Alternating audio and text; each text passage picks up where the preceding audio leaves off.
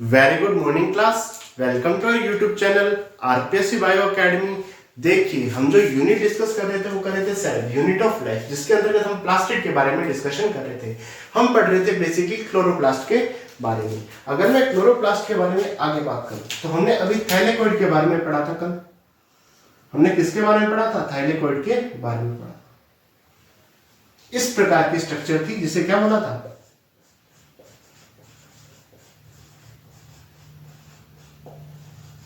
Thylakoid बोला था। ये ल्यूमेन थी। क्या है? थाइलेकोइड की ल्यूमेन है।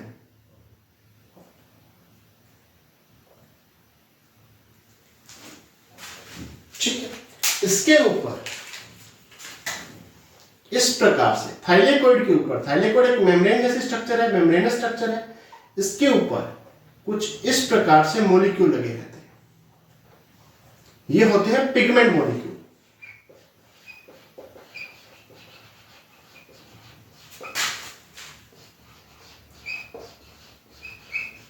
जिनकी संख्या 230 से 400 पाई जाती है। थाइलेकोइड के ऊपर पिगमेंट के मॉलिक्यूल लगे रहते हैं, पिगमेंट मॉलिक्यूल लगे रहते हैं, जिनकी संख्या 230 से 400 होती है। पिगमेंट के मॉलिक्यूल है यानी पिगमेंट पाया जाएगा। कौन कौन सा पिगमेंट पाया जाएगा? क्लोरोफिल। अगर पूछा जाए कि क्लोरोप्लास्ट में क्लोरोफिल कहां पाया जाता है, तो थाइलेकोइड के ऊपर ये जो पिगमेंट मॉलिक्यूल है इसमें पाया जाता है। क्लोरोफिल पाया जाता है, ज़ैंथोफिल पाया जाता है,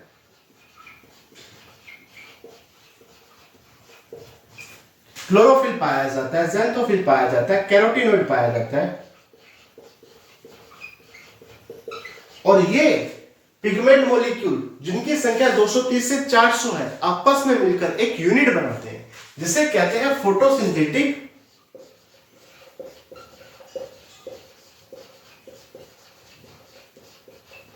फंक्शनल यूनिट।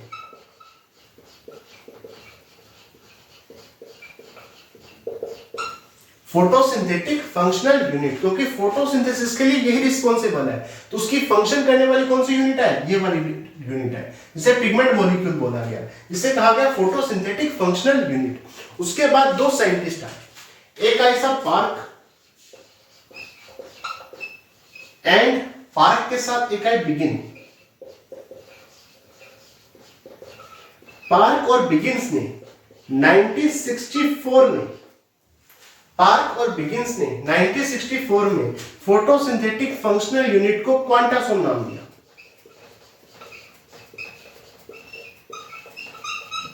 इसे क्या बोला? क्वांटासोम बोला। ये क्वांटासोम है, जो कि पिगमेंट मॉलिक्यूल के नाम से भी जाने जाते हैं, जिनकी संख्या 230 से 400 पाई जाती है। इसमें क्लोरोफिल, ज़ैंथोफिल, कैरोटीनॉइड जैसे पिगमेंट्स पाए जाते हैं। अब आगे बात करते हैं।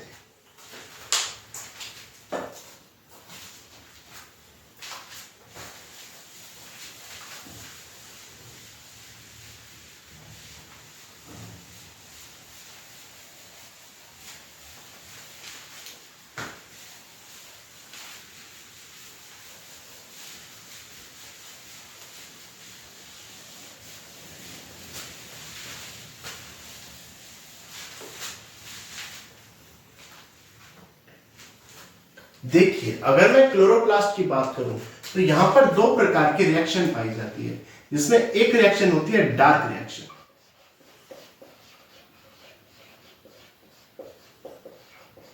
और एक रिएक्शन पाई जाती है लाइट रिएक्शन।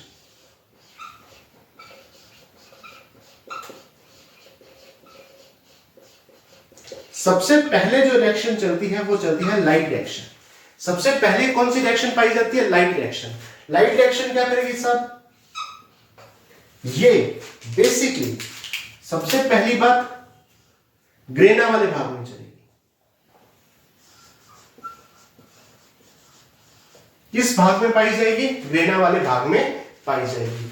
ये एटीपी का सिंथेसिस करेगी, एटीपी या एनर्जी का सिंथेसिस करेगी।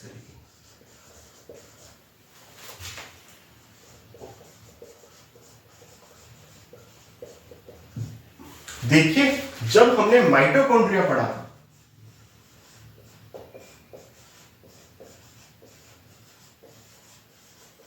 क्या पढ़ा था सब? माइटोकॉन्ड्रिया। वहां पर भी हमने देखा था कि एटीपी का फॉर्मेशन हो रहा था या एटीपी का सिंथेसिस हो रहा था। वहां पर एडीपी एटीपी में चेंज हो रहा था। इसे बोला था ऑक्सीडेटिव फॉस्फोराइलेशन। Oxidative phosphorylation.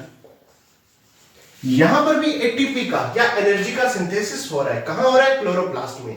तो यहां पर लाइट है, लाइट का मतलब फोटोन है, इसे बोलेंगे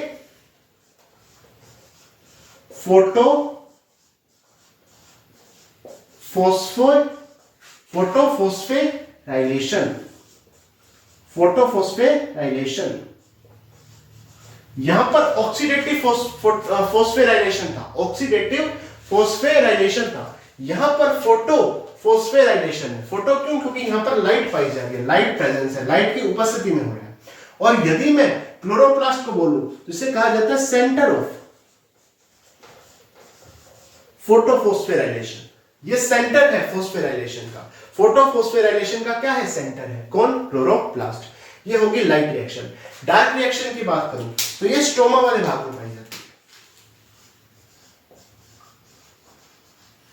किस भाग में पाई जाती है? स्ट्रोमा वाले भाग में। सबसे पहले लाइट रिएक्शन होगी, एनर्जी का फॉर्मेशन होगा, एटीपी का सिंथेसिस होगा। अब जो एटीपी या एनर्जी का फॉर्मेशन हुआ, उस एनर्जी का यूज करते हुए कार्बोहाइड्रेट का फॉर्मेशन होगा।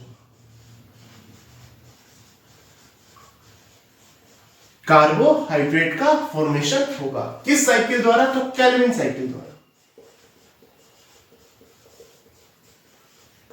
केल्विन साइकिल द्वारा कार्बोहाइड्रेट का फॉर्मेशन होगा। डार्क रिएक्शन कहां पाई जाएगी? स्ट्रोमा में पाई जाएगी। अगर मैं प्लास्टिक में पाए जाने वाले एंजाइम्स की बात करूं तो कौन कौन से एंजाइम्स पाए जाएंगे? बेसिकली हमें एंजाइम्स के बारे में जानना है। तो कौन कौन से एंजाइम क्लोरोप्लास्ट में पाए जाएंगे? तो कार्बोहाइड्रेट,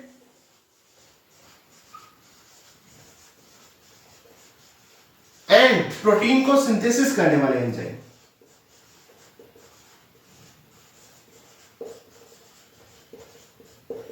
ऐसे एंजाइम जो कार्बोहाइड्रेट और प्रोटीन का सिंथेसिस करते हैं, वो एंजाइम पाए जाएंगे। इसके अलावा केल्विन साइकिल यहां पर पाया जा रहा है, तो केल्विन साइकिल के एंजाइम,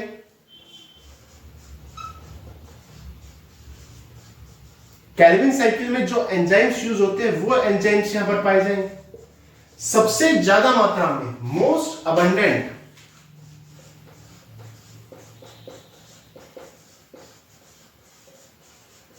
एंजाइम जो पाया जाता है, जो प्रचुर मात्रा में पाया जाता है, जो सबसे ज्यादा मात्रा में पाया जाता है, वो है रुबिस्को।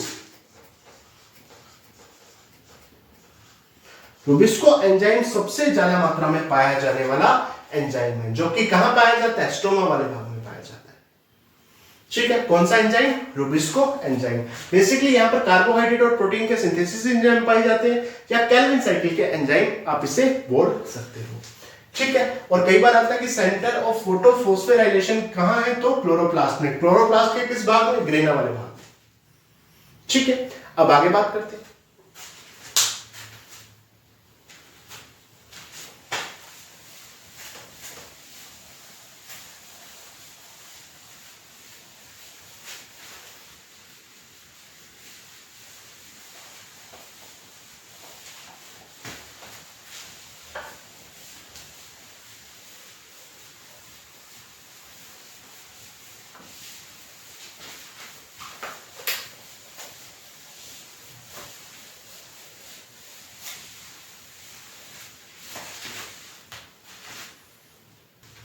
देखिए, अगर मैं यहां पर क्लोरोप्लास्ट में डीएनए की बात करूं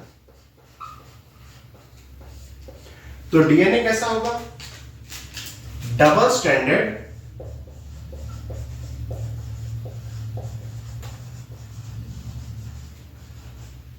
सर्कुलर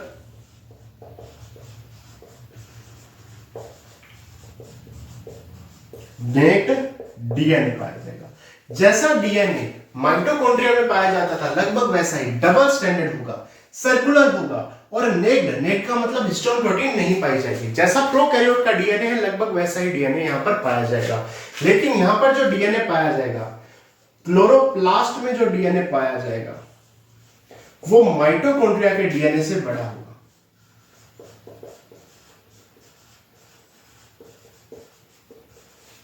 क्लोरोप्लास्ट में जो डीएनए पाया जाएगा वो माइटोकॉन्ड्रिया के डीएनए से बड़ा डीएनए पाया जाएगा। ठीक है, इसके अलावा अगर मैं राइबोसोम की बात करूं, 70 एस प्रकार के,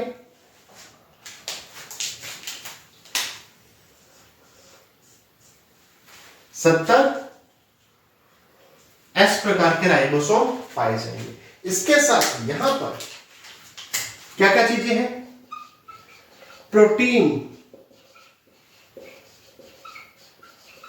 सिंथेसिस मशीनरी पाई जाएगी।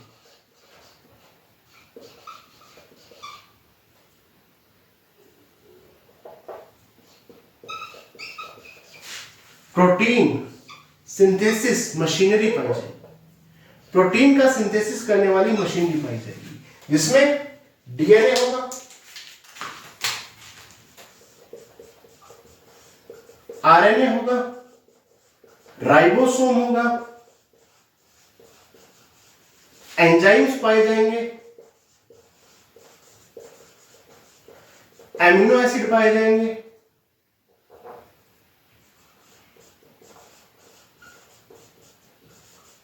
क्या पाए जाएंगे, एमिनो एसिड पाए जाएंगे। प्रोटीन सिंथेसिस मशीनरी पाई जाएगी, जिसमें डीएनए होगा, आरएनए होगा, राइबोसोम होगा, एंजाइम होगा, एमिनो एसिड होगा। यानी अगर प्रोटीन का सिंथेसिस करना है तो ये अपने दम पर कर सकेगा। क्यों? क्योंकि इसके पास डीएनए है, वो डीएनए आरएनए बनाएगा, और राइबोसोम और एंजाइम्स या और एमिनो एसिड की सहायता से ये अपना प्रोटीन खुद बना सकता है। इसीलिए इसे भी सेमी ऑटोनोमस ऑर्गन कहते हैं। सेमी ऑटोनोमस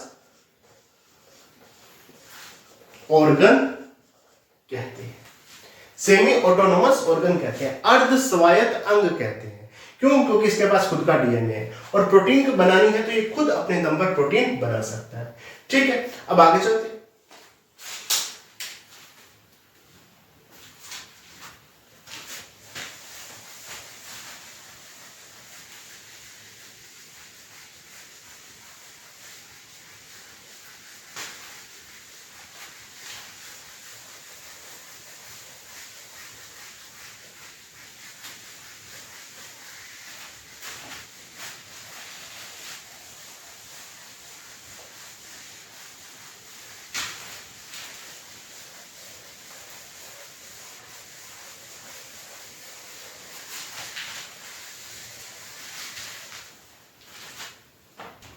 देखिए, जैसे ये क्लोरोप्लास्ट की स्ट्रक्चर है, किसकी स्ट्रक्चर है? क्लोरोप्लास्ट की। सबसे बाहर की तरफ ये पाई जाएगी आउटर मेम्ब्रेन।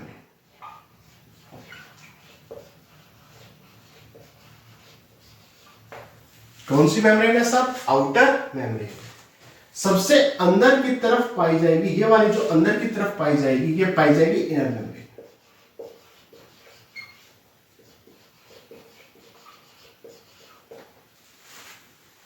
ठीक, एक आ गई आउटर मेम्ब्रेन, एक आ गई इनर मेम्ब्रेन। दोनों के बीच में स्पेस है। जब हमने माइटोकॉन्ड्रिया पढ़ा था तब भी आउटर मेम्ब्रेन थी, इनर मेम्ब्रेन थी, दोनों के बीच में स्पेस था, उसे बोला था पेरी माइटोकॉन्ड्रियल स्पेस। अब ये प्लास्टिड पढ़ रहे हैं, इन दोनों के बीच में स्पेस है, इसे बोलेंगे पेरीप्लास्टिडियल स्पेस।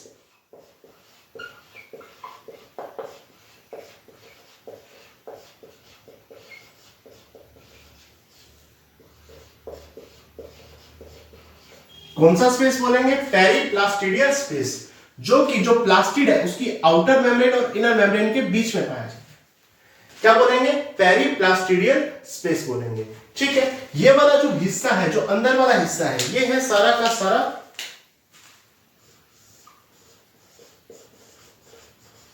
स्ट्रोमा वाला हिस्सा। कौन सा हिस्सा है? सारा स्ट्रोमा वाला हिस्सा है, और यह हिस्सा कहलाता है ग्रेना वाला हिस्सा। अब ग्रेना वाले हिस्से पर चलते हैं। ये एक थैलेकोइड है, ये दूसरा थैलेकोइड है, ये तीसरा थैलेकोइड है। इस तरह बहुत सारे थैलेकोइड आपस में मिलकर एक स्ट्रक्चर बना रहे हैं, जिसे क्या बोला हुआ है, ग्रेनम बोला हुआ है। ये ग्रेनम है। जैसे ये एक ग्रेनम है, ये एक ग्रेनम है, ये एक ग्रेनम है, ये एक ग्रेनम है, ये एक ग्रेनम है। ये क्या है? बेसिकली ग्रेनम है। ये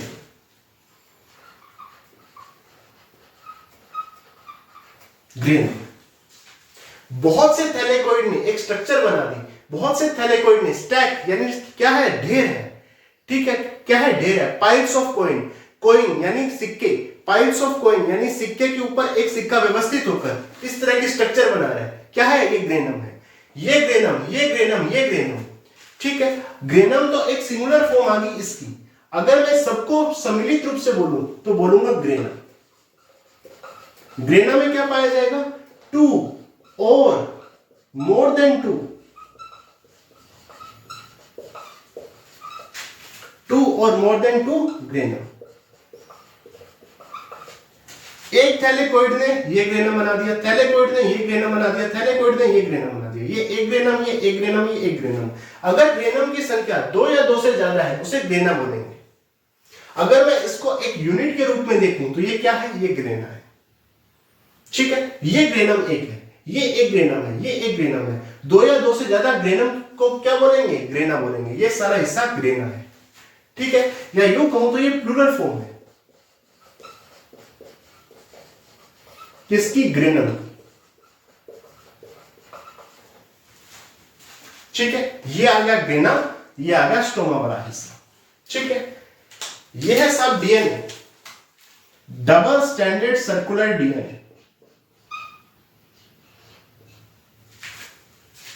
ठीक है, ये आपका आ गया रुबिस्को एंजाइम, सबसे ज्यादा मात्रा में पाए जाने वाला एंजाइम।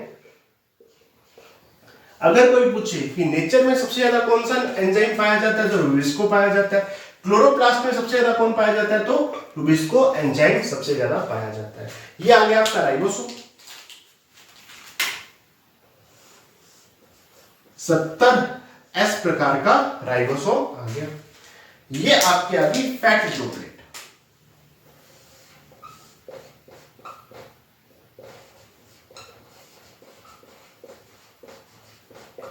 क्या भी सब फैट ड्रॉपलेट आ गई। ये भी क्या है? फैट ड्रॉपलेट है। इसे बोलते हैं प्लास्टोग्लोब्यूली, प्लास्टोग्लोब्यूली या फैट ड्रॉपलेट। ठीक, अब आगे बात करते हैं।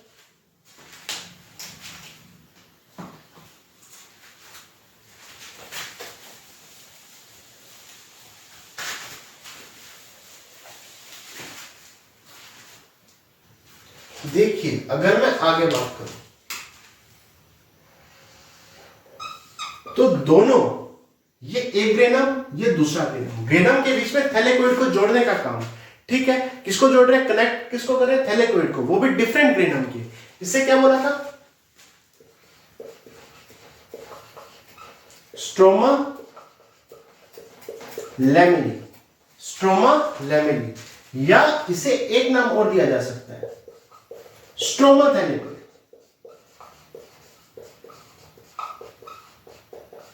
Stroma thylakoid, stromal thylakoid, stroma lamellae या स्ट्रोमल थैलेकोइड या फ्रैट चैनल भी कहते हैं।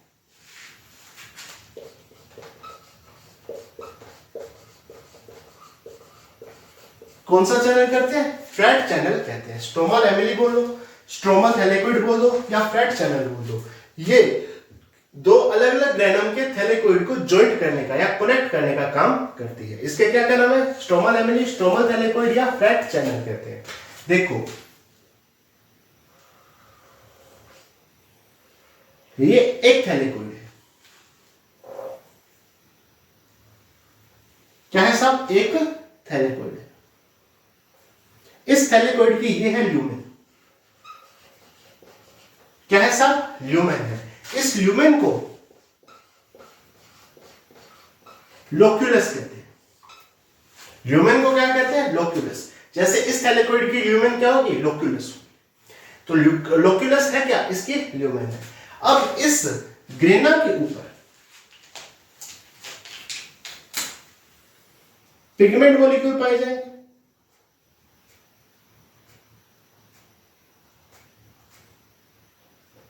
जिन्हें क्या नाम दिया था? क्वांटासोम।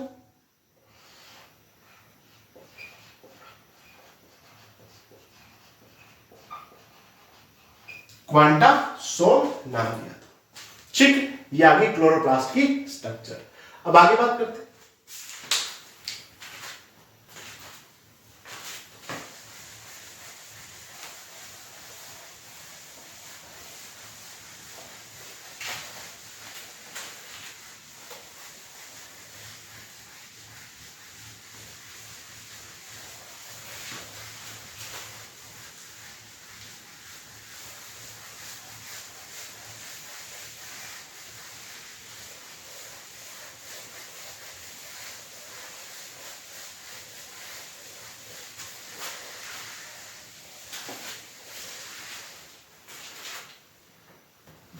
देखिए, क्लोरोप्लास्ट में क्लोरोफिल पाया जाता है। क्या पाया जाता है? हमने अभी बात की, क्लोरोफिल पाया जाता है। जो क्वांटासोम है, क्वांटासोम में पिगमेंट्स पाए जाते हैं जिसमें क्लोरोफिल पाया जाता है। अगर मैं क्लोरोफिल की बात करूं तो क्लोरोफिल हेड और टेल में क्या रहता है? विभेदित रहता है। हेड और टेल में डिफरेंशिएट रहता है। क्या क्लोरोफिल की जो स्ट्रक्चर होती है वो टेडपोल लार्वा के समान होती है।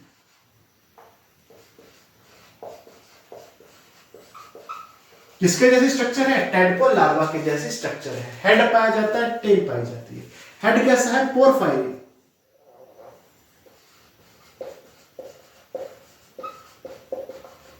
पोरफायरिन हेड पाया जाता है। ठीक है, पोरफायरिन हेड मतलब टेट्रा पायरोल रिंग्स पाई जाती है। टेट्रा पायरोल रिंग्स पाई जाती है जिसके सेंटर में मैग्नीशियम आयन पाया जाता है। हेड कैसा है? पोरफायरिन हेड है जिसमें टेट्रा पायरोल रिंग्स पाई जाती है और सेंटर में मैग्नीशियम आयन पाया जाता है। फाइटोल टेल पाई जाती है। टेल कैसी है? फाइटोल टेल है। और दोनों एस्टर बॉन्ड द्वारा जुड़े रहते हैं साथ।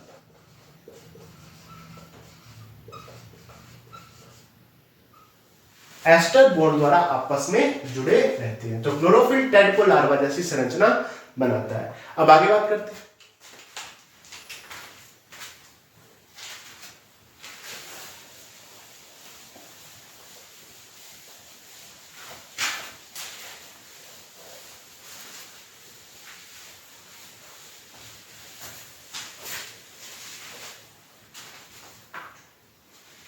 देखिए, यदि मैं क्लोरोप्लास्ट के फंक्शन की बात करूं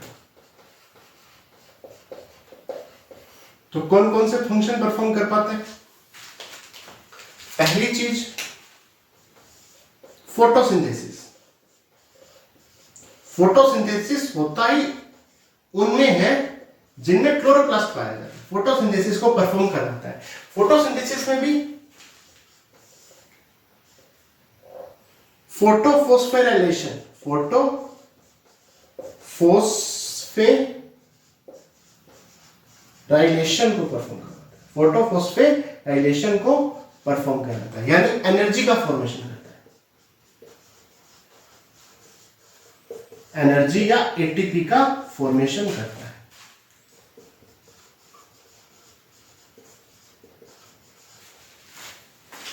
इसके अलावा विटामिन ई, विटामिन के, आयरन, विटामिन ई, विटामिन के, आयरन रुबिस्को का स्टोरेज करता है।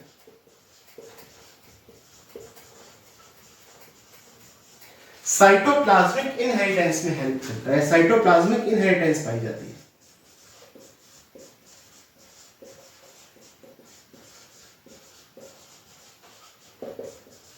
साइटोप्लाज्मिक इनहेरिटेंस मतलब देखो, यहां पर क्लोरोप्लास्ट में डीएनए पाया जाता है। क्लोरोप्लास्ट में क्या पाया जाता है? डीएनए पाया जाता है। और वो डीएनए कुछ कैरेक्टरिस्टिक्स को कंट्रोल करता है। यानी साइटोप्लाज्म में जो डीएनए पाया जा रहा है वो इनहेरिटेंस शो करता है। एक पीढ़ी से दूसरी पीढ़ी में लक्षणों को कंट्रोल करता है।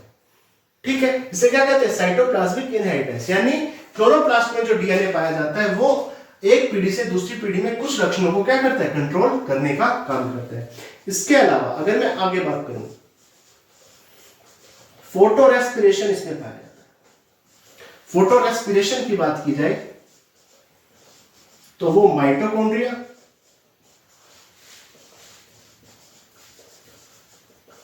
क्लोरोप्लास्ट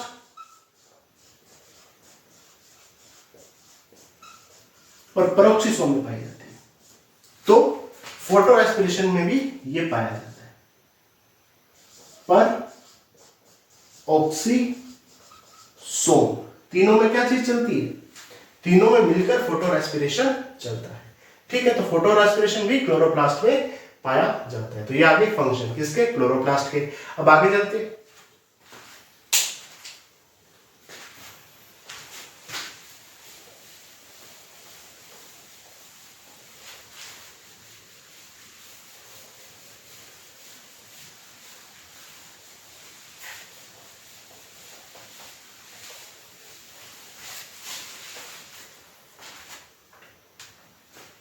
देखिए, यदि मैं क्लोरोप्लास्ट के शेप की बात करूं तो क्लोरोप्लास्ट की अलग अलग शेप पाई जाती है।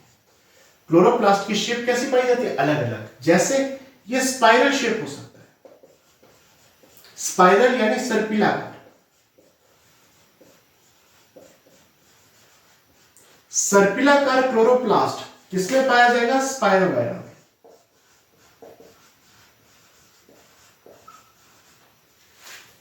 ठीक है, सैटेलाइट हो सकता है। सैटेलाइट का मतलब तारेनुमा।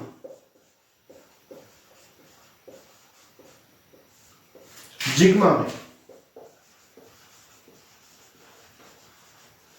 तारेनुमा कहां पाया जाएगा, जिग्मा में पाया जाएगा। डिस्कोइडल, डिस्कोइडल, डिस्कोइडल कहां पाया जाएगा, अगर मैं डिस्कोइडल की बात करूं तो हायर प्लांट्स में।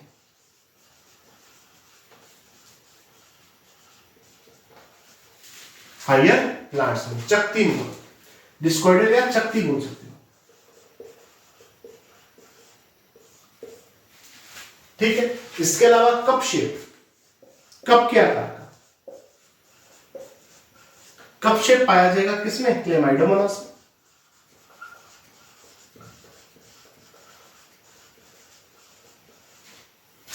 ठीक है, गर्डर शेप,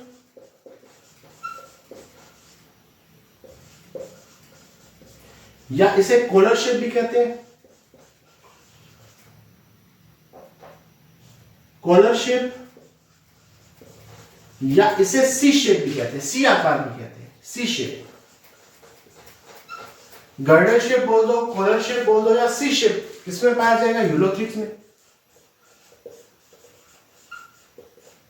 और जालनुमा, रेटिकुलेट,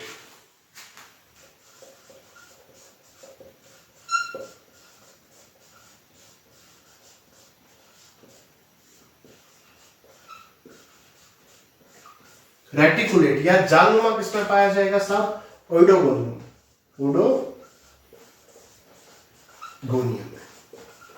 तो यहां पर क्लोरोप्लास्ट अलग अलग शेप के पाए जा सकते हैं, स्पाइरल या सर्पिलाकार स्पाइरोगायरा में, सैटेलाइट तारेनुमा जिग्मा में, डिस्कोइडल हायर प्लांट्स में, कप शेप क्लेमाइडोमोनास में, गर्डर शेप कोलर शेप या सी शेप यूलोथ्रिक्स में, रेटिकुलेट या जालनुमा ओइडोगोनियम में पाया जाएगा। ठीक है, अब आगे बात करते हैं।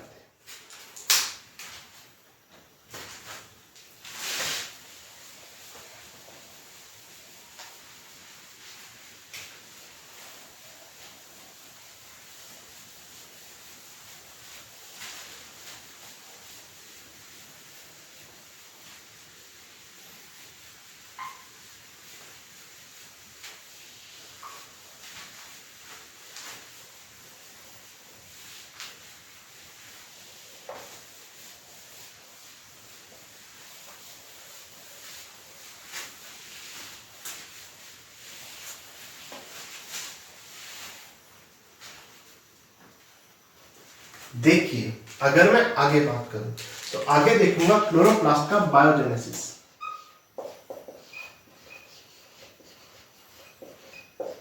यानी सबसे पहला क्लोरोप्लास्ट कैसे बना? इस दुनिया में सबसे पहला क्लोरोप्लास्ट कैसे बना? देखिए जो माइटोकॉन्ड्रिया है ना, बिल्कुल सेम टू सेम ही ये है। उसमें क्या था? कोई यूकैरियोटिक सेल थी,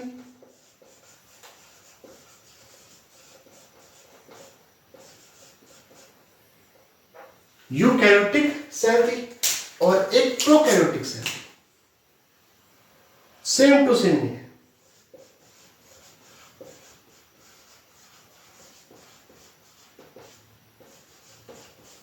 ठीक, और दोनों में क्या हुआ कि प्रोकैरियोटिक सेल यूकैरियोटिक सेल के अंदर चली गई।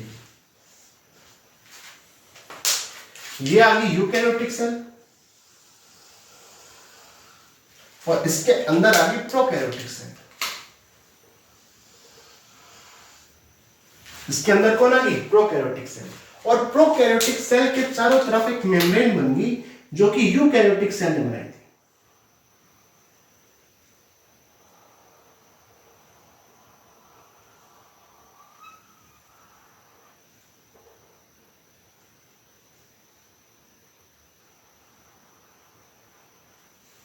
प्रोकैरियोटिक सेल के चारों तरफ एक मेम्ब्रेन बन गई जो किसने बनाई थी? यूकैरियोटिक सेल ने। और ये क्या बना था तब? माइटोकॉन्ड्रिया। अब क्या बना? क्लोरोप्लास्ट। तब माइटोकॉन्ड्रिया बना था, अब क्लोरोप्लास्ट बना है। इसकी जो इनर मेम्ब्रेन है वो प्रोकैरियोटिक मेम्ब्रेन के बराबर है या प्रोकैरियोटिक मेम्ब्रेन के समान है। जो आउटर मेम्ब्रेन है वो यूकैरियोटिक मेम्ब्रेन के समान है।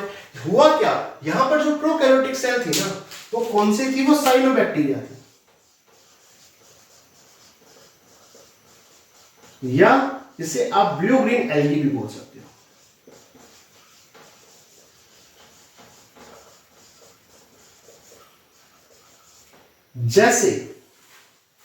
जैसे माइटोकॉन्ड्रिया का biogenesis prokaryotic cell eukaryotic cell के अंदर जाने से हुआ, प्रोकैरियोटिक सेल का यूकैरियोटिक सेल के अंदर जाने से हुआ, वैसे ही क्लोरोप्लास्ट का बायोजेनेसिस यूकैरियोटिक सेल के अंदर जब प्रोकैरियोटिक सेल चली गई वैसे हुआ। लेकिन यहां पर जो प्रोकैरियोटिक सेल थी ना, वो साइनोबैक्टीरिया या ब्लू ग्रीन एल्गी थी।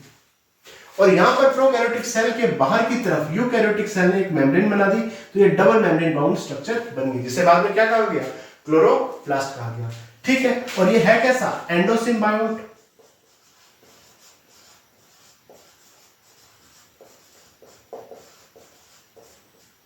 एंडोसिम्बायोट्स का मतलब क्या है? एंडो का मतलब अंदर की तरफ, सिम्बायोटिक एक रिलेशन पाया जाता है जिसमें दो अलग अलग डिफरेंट स्पीशीज एक दूसरे के साथ रहते हैं और लंबे समय तक साथ रहते हैं। जैसे राइजोबियम बैक्टीरिया कहां पाया जाता है? जो लेग्यूम प्लांट्स है उनकी जड़ों में पाया जाता है। उसे क्या कहते हैं? Symbiotic relationship.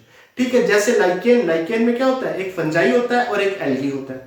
दोनों लंबे समय तक एक दूसरे के साथ रहते हैं और दोनों को फायदा होता है। सिम्बायोटिक रिलेशनशिप पाया जाता है। ठीक है, उसे क्या बोला था? लाइकेन बोला था। वैसे ही यहां पर एक प्रोकैरियोटिक सेल है, एक यूकैरियोटिक सेल है, दोनों लंबे समय तक साथ रहते हैं, तो सिम्बायोट्स रिलेशन पाया जाता है, यानी सिम्बायोटिक रिलेशनशिप पाया जाता है। और जो कि अंदर रहती है, प्रोकैरियोटिक सेल अंदर रहती है, तो इसे एंडोसिम्बायोट्स कहा गया। और ये ओरिजिन कैसा है? एंडोसिम्बायोटिक ओरिजिन है। ये रिलेशन कैसा है? एंडोसिम्बायोट्स। और ये ओरिजिन कैसा है? एंडोसिम्बायोटिक ओरिजिन है। किसका? क्लोरोप्लास्ट का। ठीक है, जैसे माइटोकॉन्ड्रिया में भी न्यू माइटोकॉन्ड्रिया का फॉर्मेशन बाइनरी फिजन से हुआ था, क्लोरोप्लास्ट में भी न्यू क्लोरोप्लास्ट का फॉर्मेशन न्यू क्लोरोप्लास्ट का फॉर्मेशन बाइनरी फिजन से। द्विविखंडन।